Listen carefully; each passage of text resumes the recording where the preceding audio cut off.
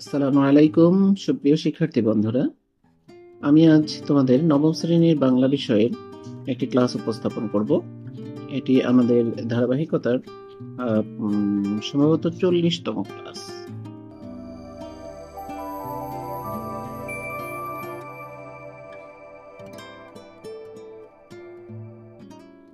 তো এই ক্লাসে আমরা যে বিষয়টা জানবো সেটা হলো, আমরা যে কবিতাটা পড়েছিলাম আগে, পল্লিমা পল্লিমা কবিতাটা পড়েছিলাম। এই পল্লিমা কবিতার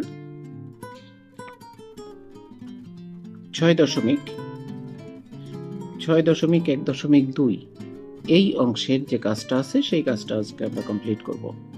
তো 6.1.2 বলেছে যে কবিতার কাঠামো বুঝি। আগেই বলেছিলাম যে কাঠামো বলতে কি বোঝায়, কবিতার যে বৈশিষ্ট্যগুলো সেগুলোই কবিতার কাঠামো। তো এখানের কাঠামোটা একটু ভিন্নভাবে এসেছে। তো দেখি এখানে কি লেখা আছে। দেখো, এখানে আছে, পল্লিমা কবিতাটি পড়ার পর নিচের ছকটি পূরণ করো। প্রথম কলামের জিজ্ঞাসাগুলোর জবাব দ্বিতীয় কলামে লেখো। এই কাজের জন্য সহপাঠীদের সাথে আলোচনা করো এবং শিক্ষকের সহায়তা নাও। তো এখানে যে বিষয়টি রয়ে গেছে সেটা হলো যে দুইটি কলাম দেওয়া আছে। সেই কলামের মধ্যে দেওয়া আছে কিছু জিজ্ঞাসা করেছে আমাদেরকে। সেই জিজ্ঞাসাগুলো হলো, এখানে বলেছে যে অনুপ্রাসের উদাহরণ, তারপরে বলেছে উপমার উদাহরণ, তারপরে আছে লয়ের প্রকৃতি, তারপরে আছে হলো ছন্দের ধরন। এই বিষয়গুলোর জবাব দিতে হবে আমাদেরকে। তো এখানে অনুপ্রাসের উদাহরণ দিতে গেলে আগে বুঝতে হবে যে অনুপ্রাস জিনিসটা কি। আমরা আগেই পড়েছিলাম যে অনুপ্রাস কি। তো চলো সেখানে আমরা একটু যাই, যেখান থেকে আমরা জেনেছিলাম যে অনুপ্রাস কি।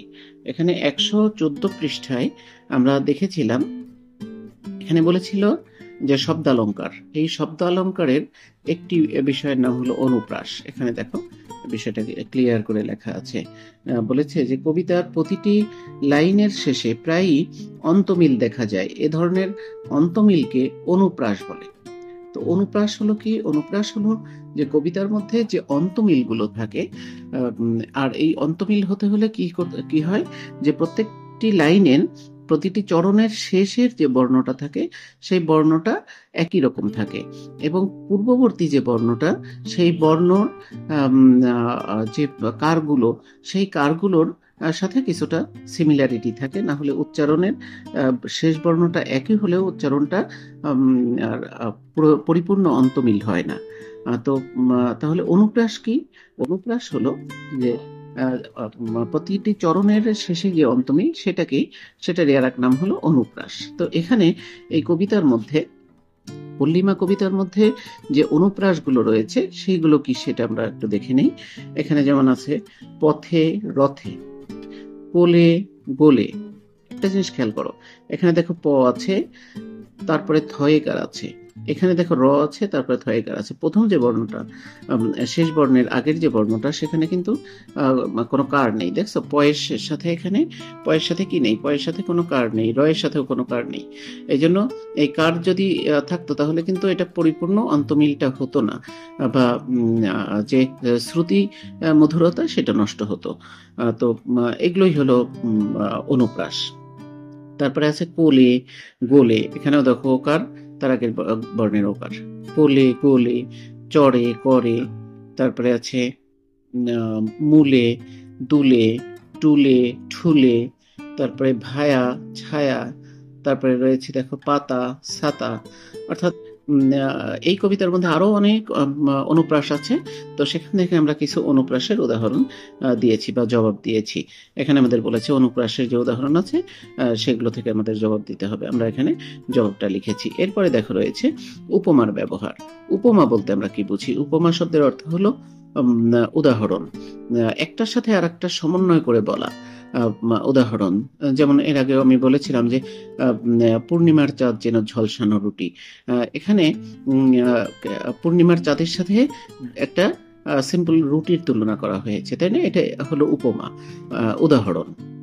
তো এই কবিতার মধ্যে অনেক উপমা আছে, তার ভেতর থেকে আমি 2টা লাইন তুলেছি এবং কিভাবে সেটা উপমা সেই বিষয়টিও আমি তোমাদেরকে বুঝিয়ে দিব। এখানে বলেছে দেখো, ছেলে মেয়ে ভিড় করেছে চৌদিকে তার আঙিনায়। ছেলে মেয়ে ভিড় করেছে চৌদিকে তার, এটা কবিতার একটা লাইন, চৌদিকে তার আঙিনায়। এখানে ছেলে মেয়ে বলতে কি আসলে ছেলে মেয়েকে বোঝাচ্ছে না, এটাও একটা উপমা। এটা কিসের উপমা? এখানে এই যে জনগণ, এই যে গ্রামের যে লোকজন, গ্রামের যে কৃষক, গ্রামের যে কৃষানি, তাদেরকে, সেই লোকজনকে ছেলে মেয়ে বলা হয়েছে। আর চৌদিকে তার আঙিনায়, আঙিনায় বলতে চৌদিকে, চারদিকে তার আঙিনা। আঙিনা বলতে এখানে কি বোঝাচ্ছে? আঙিনা বলতে পল্লী মাকে বোঝাচ্ছে, পল্লী মায়ের যে মাঠঘাট সেটাকে বোঝাচ্ছে। তো এখানেও একটা উপমার ব্যবহার করা হয়েছে। তারপরে দেখো দ্বিতীয় লাইনে রয়েছে, পাখির গানের সুখে কাপন জাগে বনের বুকে। এখানে পাখির গানের সুখে, এই সুখ শব্দটা একটি উপমা বোঝাচ্ছে। এই গানের সুখ, গানের সুখ কি? পাখির গান কি হয়? শ্রুতি মধুর হয়, সেটা শুনতে ভালো লাগে, এই জন্য সেটাকে সুখের সাথে তুলনা করা হয়েছে। কাপন জাগে বনের বুকে, এখানে কাপন জাগে বনের বুকে, কাপন মানে হলো কম্পন। তো গান শুনলে কি আর কম্পন জাগে? কিন্তু উপমার ব্যবহার করা হয়েছে, আমাদের মনকে আন্দোলিত করে, সেই বিষয়টাকে এখানে উপমা স্বরূপ বলেছে যে কাপন জাগে বনের বুকে। এভাবে এই কবিতার মধ্যে, পল্লিমা কবিতার মধ্যে অনেকগুলো উপমার ব্যবহার করা হয়েছে। এরপরে দেখো রয়েছে যে লয়ের প্রকৃতি। লয় বলতে আমরা কি বুঝি? আমি যে পেজ থেকে তোমাদেরকে দেখালাম কিছুক্ষণ আগে, ওখানে লয়ও রয়েছে। লয় হলো গতি, পড়ার গতি, যে দ্রুত গতিতে পড়ি না ধীর গতিতে পড়ি, সেটাই হলো লয়। লয় বলতে তাহলে আমরা কি বুঝি? লয় বলতে বুঝি যে কোন গতিতে এটা পড়া হচ্ছে, দ্রুত লয়ে পড়া হচ্ছে, মধ্যম লয়ে পড়া হচ্ছে না ধীর লয়ে পড়া হচ্ছে। লয় 3 প্রকার।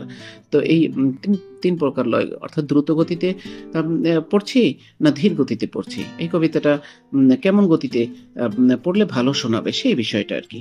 তো এখানে যে কবিতাটা আছে পল্লিমা, আমরা কয়েকটা লাইন পড়ে দেখি যে আসলে এটা লয়টা কেমন ছিল।